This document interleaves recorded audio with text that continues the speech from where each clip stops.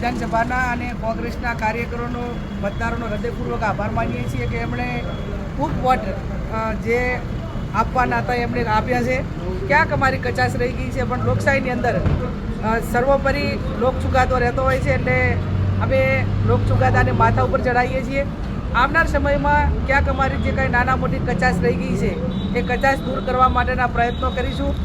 ભારતીય જનતા પાર્ટીના ઉમેદવાર જીત્યા એમને અભિનંદન આપીએ.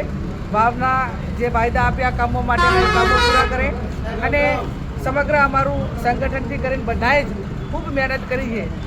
જે ધારણા કરતાં થોડાક જ ઓછા પહેલાંથી કરીને અમે ક્યાંક રહી ગયા છીએ, પણ એ આવનાર સમયની અંદર જે કંઈ નાના મોટા એનું એનાલિસિસ કરીને જે એમાં ક્ષતિઓ રહી ગઈ છે એ આવનાર સમયમાં ન રહે એના માટેના અમે પ્રયત્નો કરીશું. 10,000થી વધુ લીડ ચાલતી હતી અને અચાનક જે 16, 17, 18 રાઉન્ડ પછી લીડ કપાઈ ગઈ, શું કારણ? અમારી ગણતરી જે અપક્ષ કેન્ડિડેટ 30,000થી ઉપર મત લઈ જાય એવી અમારી જે ધારણા હતી એ ક્યાંક ને ક્યાંક છેલ્લે એ જાતિવાદી રાજકારણ, જાતિવાદી સમીકરણના આધારે ઠાકોર, ચૌધરી અને જે મેજર સમાજો છે એ ક્યાંક ને ક્યાંક વધારે અમારી ધારણાથી વધારે મત એ ભારતીય જનતા પાર્ટીમાં ડિવાઈડ થયા અને અંતે લોકશાહીની અંદર પ્રજા મતદારો સર્વોપરી હોતા હોય છે.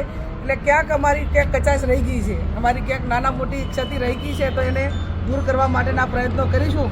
પણ કોંગ્રેસના કાર્યકરોને વિધાનસભાના મતદારોનો હૃદયપૂર્વક આભાર માનીએ છીએ. ખાતરી આપીએ છીએ કે હાર અને જીત એક લોકશાહીનો ભાગ છે.